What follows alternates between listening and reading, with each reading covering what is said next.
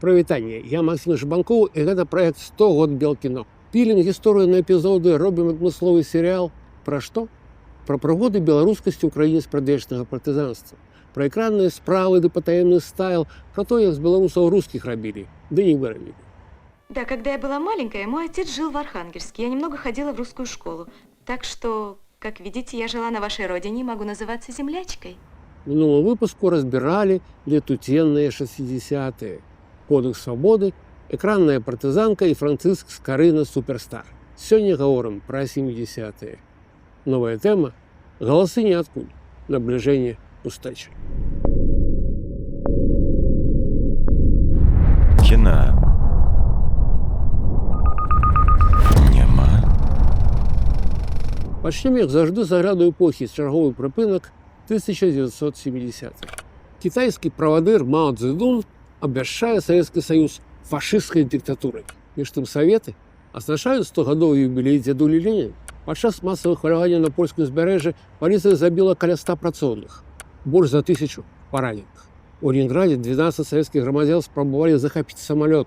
Расійскі дысідэнт Солжаніцын атрымаў Нобелевскую прэмію па літаратуры. У продаж трапілі развітальны альбом The Beatles і дэбютная кружэлка Black Sabbath. Гурт Deep Purple мяняе стыль, дае эпахальны Deep Purple in Rock. Карціна Энді Уорхола «Своявы бляшанкі супа Кэмпбелл» прададзеная за рэкордныя 25 000 фунтаў стэрлінга. У топах глядацкага попыту канфарміст Бернардо Берталуччы і гісторыя кахання Артура Хіллера. Рок-н-ролл «Back in Black». Пайшлі з жыцця Джимі Хендрікс і Джэніс Джоплін, зато нарадзіліся Шура Би-2 і Анжаліка Ахурбаш.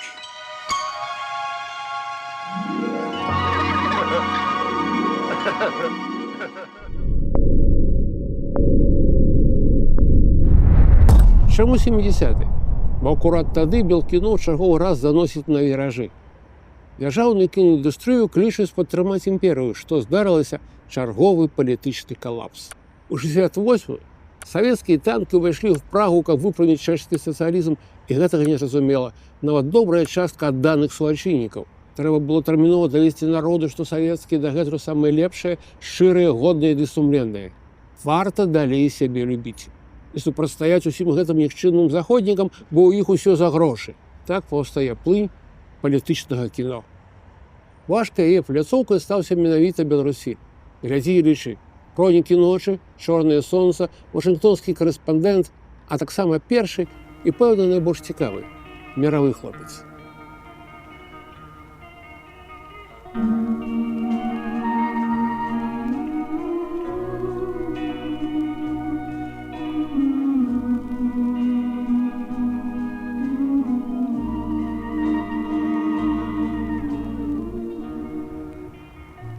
Рэжысэр Юрый Дубровін вырабіў дзівосны аб'ект – прапагандысцкі экшн часоў ідэйнага заняпаду.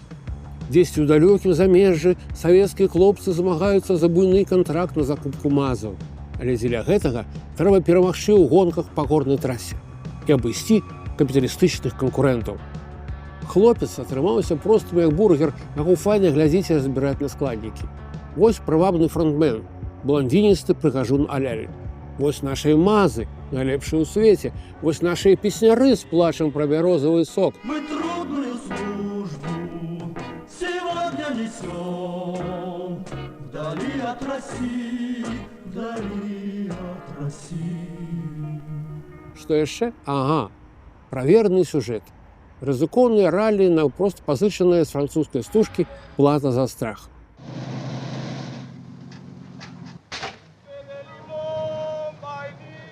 Дык паехалі? А вось не едзем. Бо паліва не стае, жыцця няма, ёсць кінаплакат. Падзея ў нуль, і ад самога пачатку дасталі як нязменна бездакорны герой, так і нязменна нягегалыя чужынцы. А больш там нічога не бачна, нават таго бярозавага дрынку. Березовым соком, березовым соком.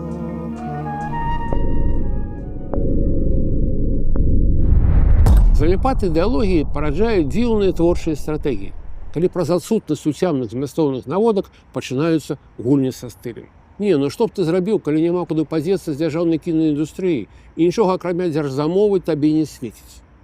Сам выдаць немагчымы, Мяжа на замку. Голливуд высока, Канны далёка. Што застаецца? Толькі адно – шчыраваць у дазволеных межах, танчыць з пустымі формамі. Падобнае аўтарскае выказванне з ціскам на раскручаныя вобразы і папулярныя сюжэты звычайна пазначаюць як кіно эксплуатацыі альбо exploitation movies. Гэта спекуляцыя на глядацкім попыце з непазбежным спрашчэннем змястоўнага чынніка. Дык вось, здаецца, менавіта так дагэтуль працуюць з ваеннай тэмай на Беларусьфільме, і эталонам тут выглядае «Прывід 71-го». Фільм Барыса Сцяпанова «Бацька». Спакойна, гэта не пра Рыгорыча.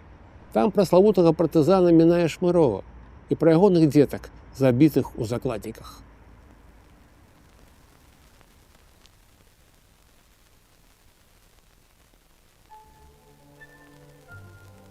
Тут, уласна кажучы, пераказ сюжэту можна і спыніць, бо нічога значнага, акрамя пазначанай трагічнай падзеі, у чорна-белай поўнаметражцы не адбываецца. Ну что там? Актриса моя выступает. Даводзіцца глядзець акуратнае слайд-шоу. Бясконцы марш праз дрыгву, хаатычны рух партызанскай масоўкі, сухаватых немцаў з іх агнявымі шмайсерамі і драматычнае блуканне самотнага бацькі па лясох ды палёх. Драматургія спіць і сніць перамогу. Камера робіць прыгоженька. Герой выдатна трымае буйны план. І падаецца, што дзетак партызана ворагам трэба было так доўга весці па сцяжынцы толькі дзеля таго, каб напрыканцы эфектна раскласці на сеяць. Той выпадак, калі кіношнасць замінае, а вось аўтарская эмацыйная глухата відавочна зашкальвае. Цябе нахабна спажываюць і лічаць, што ведаюць, дзе ў цябе баліць. Кіна.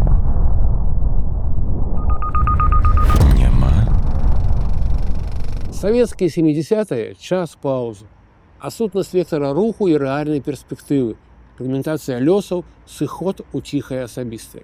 Не выпадкова, што галоўнае тут адбываецца ніжэй радараў. Акуджава з Высоцкім, самвыдацкія альманахі, сумны кіно восеньскі марафон, падпольныя кватарнікі, дыхатні рамкам іронія лёсу. Вчера Женя пошел в баню. В баню. Девушка, в какую баню? У него в квартире есть ванная. Публічным ды значным для кіношніка можна было заставацца адно праз эстэтычныя хомыкі. То бок бяспечныя жанры – казка, мюзікл, экранізацыя, праз беспартыйныя рэчы, якія ніяк не выпадае лічыць палітычным выказваннем. Гэта час не прарокаў, а візіянераў. Таму нам немагчыма прамінуць Валерыя Рубінчыка і дзікае паляванне караля стала. Обмойся рабы Божьей надеждой, все хиткие плитки, уроки и призоры, скорби и болезни, щепоты и ломоты. Сиротинушка, голубушка ты моя. Запытайце мяне, чаму гэта важна? А чым важны начны дождж ці выпадковы мінак? Што істотнага ў летнім ранку ці апошняй цыгарэце чысціня эмоцый, трапны вайб. Паэзія жыцця жыве без тлумачэнняў, як добрае кіно.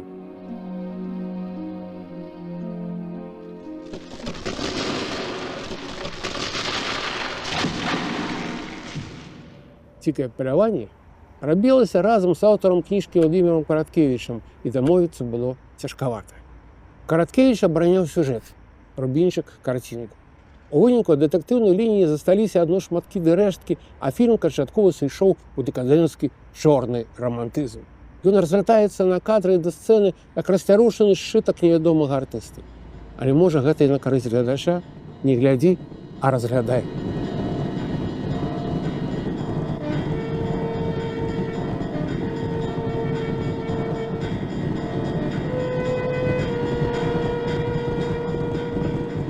Найлепшы шлях праз дзікае паляванне у прынцыпе забыцца пра кніжку і яе падазронае падабенства з сабакам пастэрылем. Вось тады мы пабачым паляванне такім, як яно ёсць, незапечаным артэфактам беларускай готыкі.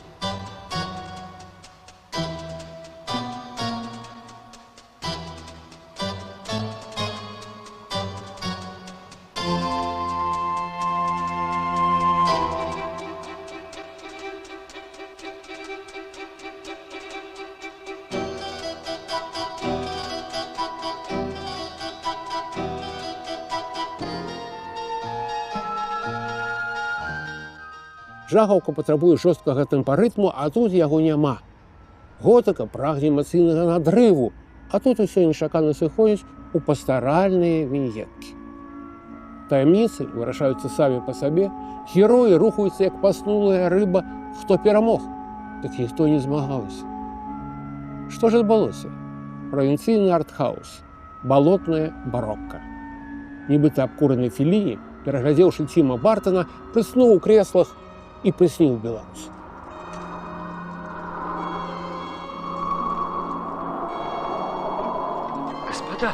Господа, а вы знаете, что сегодня первый день 20 века? Да-да, господа, 1 января 1901 года.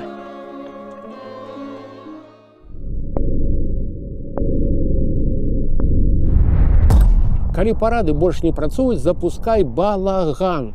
Каб здарыўся цуд палітычнай весялухі, мусіць перастрэцца 3 рэчы. Амбітны аўтар, суразмерны бюджэт і годная літаратурная першаканіца. І вось вам карцінка да гэтай тэзы.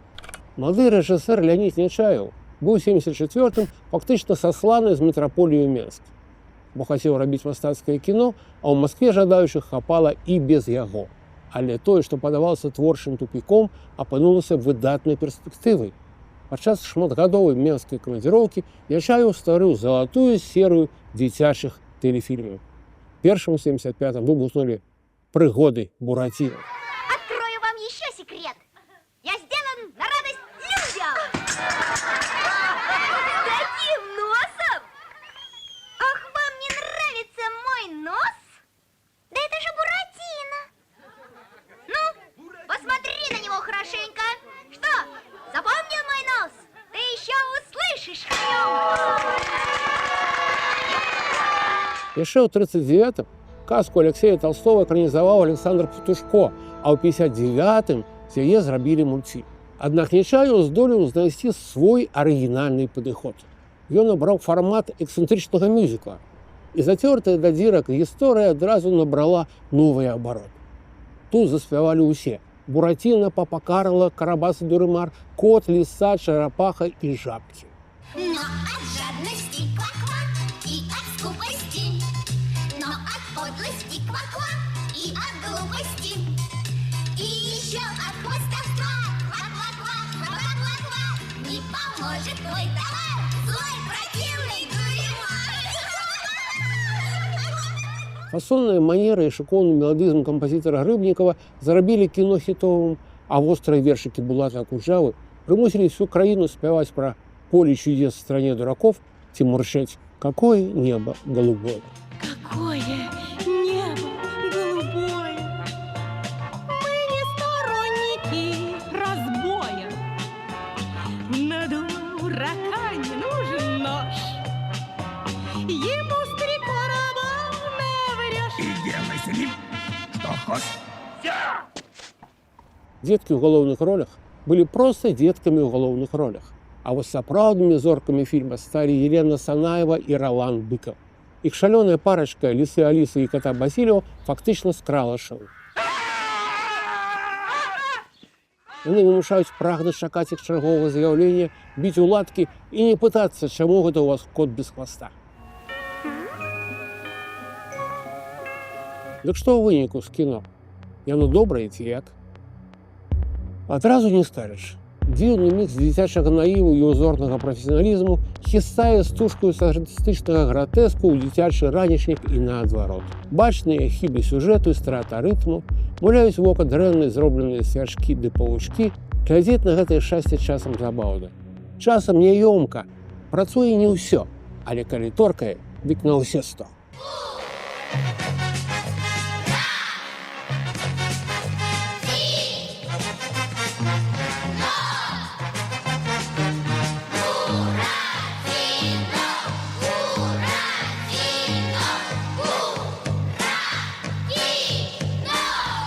В этой казцы 2 брацягі.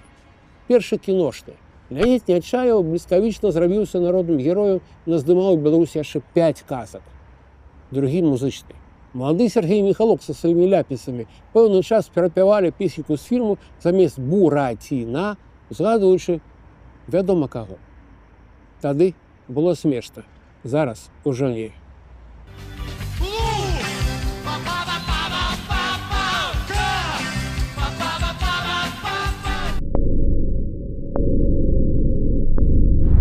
Кіна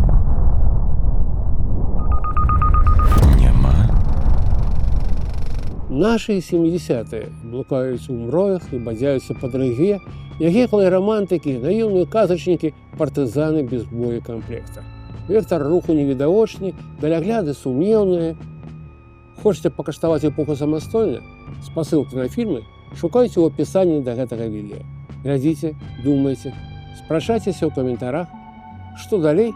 Пераходныя 80-е, Арлікіны, белыя росы і вогненныя вёскі. Глядзім разам. Пакуль.